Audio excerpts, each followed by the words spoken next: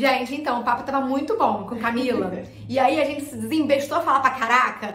Era muito conteúdo. E aí a gente dividiu esse vídeo em 2. Então, se você não viu a primeira parte, dá uma olhada aqui. Vou deixar aqui linkado na descrição, aqui em cima. Pra você ver a primeira parte, que tem outras dicas sobre processos burocráticos pra vir morar aqui em Portugal. Muita dúvida legal. Exatamente. Então, a gente vai começar esse vídeo com outras perguntas de seguidores que fizeram lá no Instagram do Maracujá Roxo ou do Vida Mochileira. Então, essa aqui já é a segunda parte do vídeo. Então, volta lá no vídeo 1 pra você, né, não fazer não ter dúvidas de perguntas que a gente já falou antes. Então, vamos para as próximas perguntas.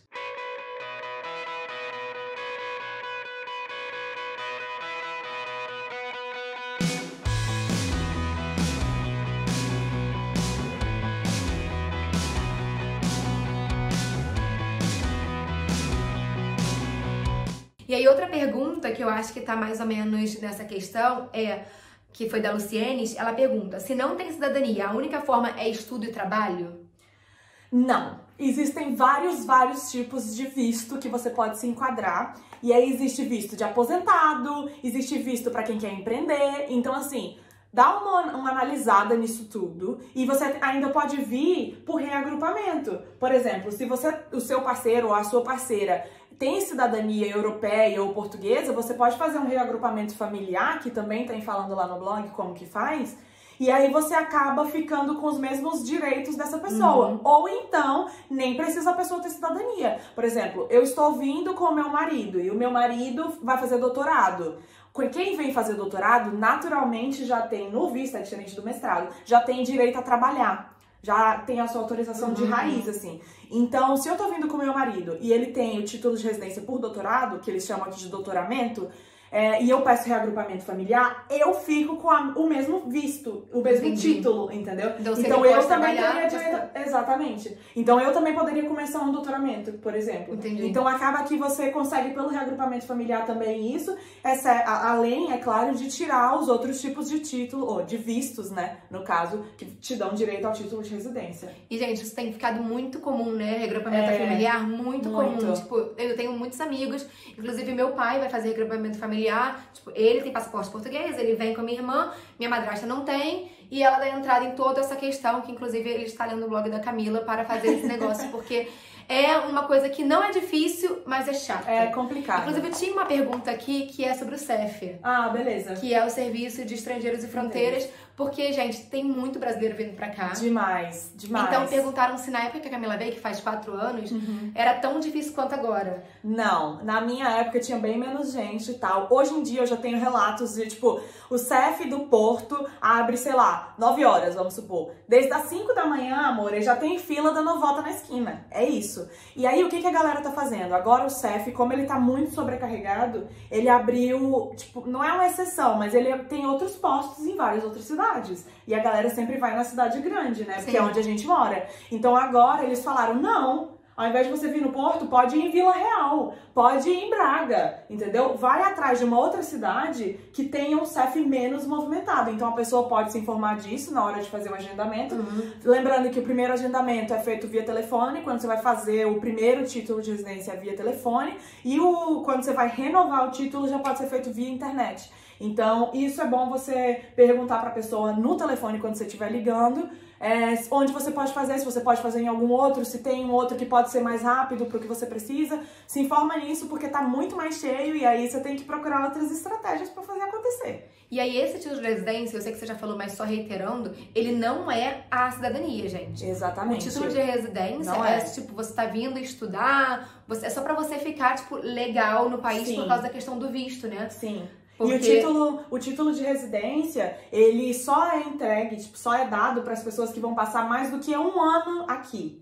Entendeu? Então, se você vai fazer qualquer tipo de curso, qualquer coisa que seja inferior a esse período, você não vai ter esse título, entendeu? É só de 1 ano para cima. Então, por exemplo, a galera que vem ficar 6 meses fazendo um intercâmbio, não. Eles não ganham esse título de residência? Não, eu acredito que não, exceto se, por exemplo, o programa que eles vão fazer exija que tire o título por qualquer motivo que seja, entendeu? Mas caso contrário, eu acredito que não precisa. E aí tem a questão de quem vem como turista, tem um prazo máximo, né? Que é a questão do espaço Schengen, que você também fala no blog, né? Explicando direitinho. Sim. Só para vocês entenderem, tem um espaço Schengen, que não significa que são todos os países da União Europeia. Tem muitos países da União Europeia dentro desse espaço Schengen, mas não são todos. E é um acordo que tem livre circulação de fronteiras, ou seja, quando você tá dentro desse espaço Schengen, tem um prazo total de 3 meses, onde você pode circular sem passar por fronteira. Então você não precisa ir na imigração toda vez. Então vamos dizer que eu tô saindo de Portugal e tô indo para Paris, sei lá. Você não vai passar de novo na imigração, você vai circular direto. Agora, se eu tô saindo de Portugal, tô indo pra Inglaterra, tem imigração, porque a Inglaterra não faz parte do acordo de Schengen. Isso. Então tem essa questão. Então, por exemplo, se eu sou turista, tô vindo aqui pra Portugal, eu posso ficar 3 meses aqui. Pode, sem problema nenhum. Mas aí se eu quiser por algum... Não algum... precisa de visto, não precisa de nada, só vem. Que é direto no aeroporto, você vai lá... Só que seu passaporte tá show de bola, é isso. O passaporte tem que ter no mínimo 6 meses de validade. Sim, exatamente. E aí, vamos dizer que você, por algum motivo... Aí vamos dizer que você tá fazendo um intercâmbio de 6 meses. Aí você tem que estender o seu visto, que no caso vai ser visto de estudante. Mas se por acaso eu, como turista, quero ficar 6 meses, eu posso? Então, você pode ficar, só que você tem que levar ao CEF uma comprovação. Eles têm um papel específico, um documento em que você tem que preencher tudo direitinho e meio que anexar o comprovante do porquê que eu vou ter que ficar esses 6 meses aqui, entendeu? Então, uma passagem pode ser o caso, ou um comprovativo de alguma coisa médica, por exemplo, se você tá fazendo um tratamento ou sei lá o quê. Então, você precisa comprovar o porquê que você precisa passar esses 6 meses, entendeu? Mas sim, você pode prolongar por igual período, eles chamam. Entendi. Então, em vez de 3, você pode prolongar até no máximo 6 meses. E aí, esses 6 meses valem pro espaço Schengen ou só pro espaço Schengen? Porque é igual. Tá. Só que eu acredito que a partir desse momento, é que eu não me lembro muito bem, mas eu não sei se eles carimbam no seu passaporte, o que mostra quando você estiver imigrando, você só precisa viajar com passaporte, ou se eles vão te entregar um papel, alguma coisa que você vai ter que viajar junto, tipo passaporte e esse papel, entendeu? Mas é alguma coisa que você vai ter que apresentar caso a imigração te pare em outro país, ou enfim, não é pra parar, mas por algum motivo você já fica resguardado, né, também. E aí tem uma outra pergunta, que é um pouco mais específica, mas eu acho que depois você pode abranger, que é da Lunar Luana, que ela falou assim: me formei em psicologia na UF. Como eu devo me preparar para tentar ir no mestrado aí? Tá. Sobre essa questão, isso também tem um pouco de relação com aquela questão do reconhecimento do diploma. Eu não sei se no caso para psicologia, voltando um pouquinho mais, existem alguns cursos aqui que é tipo no Brasil OAB para advogados. Tipo isso. Bem que aí que tem um instituto que tem que, tipo, chancelar que você pode fazer aquilo. Eu não sei se no caso de psicologia, por exemplo, que é o caso dela, você tem que ter essa chancela para trabalhar em um consultório, não sei o que é o que eu acredito que seja, mas para fazer um mestrado, um reconhecimento simples valeria. Ou, por exemplo, eu não sei se para essa faculdade que teria de interesse para ela olhando, mandando esse e-mail que eu falei, né, na questão do reconhecimento, se eles mesmos não responderiam, não precisa fazer nada, entendeu? E outra coisa também, é muito importante, ela pergunta o que ela faz para se preparar. Como eu disse, a universidade é uma só, mas as faculdades são diferentes. Então, por exemplo, uma pessoa de psicologia não vai ter requisição de um portfólio. Para mim, teve requisição de um portfólio. Para outras pessoas, o exame TOEFL ou o exame de idiomas é importante, é imprescindível. Para mim, não foi. E aí varia de acordo com cada curso. Então, assim, é importante que ela se informe dentro daquela faculdade específica e universidades, caso ela vá fazer outra que não é a Universidade do Porto, entendeu? Porque cada curso tem os seus pedidos. Existem alguns documentos básicos para eles. No site lá no blog eu também relato um pouco de como foi a minha experiência, falei o que preencher em cada um dos campos, porque, por exemplo, carta de intenção, eles chamam, tipo, motivos que expliquem os fatores pelo qual você quer entrar, tipo, isso tudo é carta de intenção. Então, existem outros nomes para falar os tipos de documentos que a gente entende aqui, mas é basicamente isso, sabe? Assim, ela tem que olhar exatamente o curso dela e ver como se preparar. Mas existem algumas coisas básicas, como eu falei, e aí ela vai ter que ver se ela vai ter que fazer apostilamento ou não, dependendo do que a faculdade pedir. E aí eu acho que essa ideia que a Camila falou, tipo, pega lá o e-mail no site e manda trolha de perguntas, porque eu acho que essa é a forma mais acertada de você fazer esse seu processo de, ou esse preparo, né, pra você fazer pro mestrado, porque às vezes é uma pergunta que às vezes pra você é mega difícil, mas é super simples pra eles respondem, tipo, rapidinho, e aí você já tira essa dúvida e não vem com essa pendência, né, tipo, sei lá, faltou um documento, às vezes tu vai estar prolongando o teu processo todo por um documento que você achava que precisava e não precisa. Exatamente. Né? Então faz o que a Camila falou, pega lá no final do site, né? Geralmente tem lá o e-mail pra dúvidas, né? Pra pós-graduação ou graduação. Mas uma coisa também, envia e-mail quantas vezes forem precisas, assim. De verdade, encham o saco. Não responderam, já mandei uma semana, manda de novo. Tipo, você é interessado, bota isso na tua cabeça. É tu que quer mudar de vida, não é a universidade que tá te querendo, entendeu? Óbvio que eles precisam de estudantes pra pagar, mas é você que quer mudar isso na sua vida, entendeu? Então bota isso na cabeça e enche o saco. E mais uma coisa só, que é importante, que tem a ver tanto com a questão do pagamento quanto com a questão de se preparar para o mestrado. Existe uma fase inicial, que é a fase de inscrição para o mestrado, que é a fase em que você vai submeter todos os documentos, que é mais ou menos o que ela está perguntando. E aí, essa fase você precisa confirmar com a faculdade quais são os documentos. Para essa fase de inscrição, você paga uma taxa. Essa taxa é paga em euros. Como eu pago estando no Brasil? Eu estava no Brasil e eu não sabia como fazia. Não existia maracujá roxo naquela época, entendeu? E aí eu fui perguntando, mandei mensagem, não sei o que, não tem como ligar. E aí? Aí eu peguei e mandei e-mail. Existem algumas formas de pagamento que eu também falo lá no blog, mas basicamente você pode pagar por vale postal, que é pelos Correios do Brasil, e aí eles têm uma cotação diária do valor do euro, então você precisa basicamente tipo, do endereço da faculdade, não sei o que, e a faculdade consegue reconhecer, você só envia o comprovativo. Você pode pagar também por transferência, e aí pode ser o TransferWise, por exemplo, porque você tem no TransferWise como colocar para quem você tá pagando, então você bota o nome da faculdade, quem tá pagando, e aí eles vão ter o seu nome, enfim, e aí existem outras formas, tipo transferência pelo seu banco, que não é muito indicada, porque às vezes a cotação... E também se perde, eu já fiz um negócio... Exatamente, então assim, se informe das formas de pagamento da sua faculdade, porque pode ser que um aceite vale postal, a outra não aceite, aí você vai se embananar toda, e essa é a primeira fase de inscrição. Passou da fase de inscrição, fui aprovada ou aprovado, vai ter a fase de matrícula. E aí que entra a questão da propina que eu falei. Aí aqui na propina eles vão falar, o seu curso enquanto CPLP é 1.500 euros. 1.500 euros o ano. Aí você vai perguntar, o 1.500 euros eu posso dividir em 10 vezes? Como é que pode ser?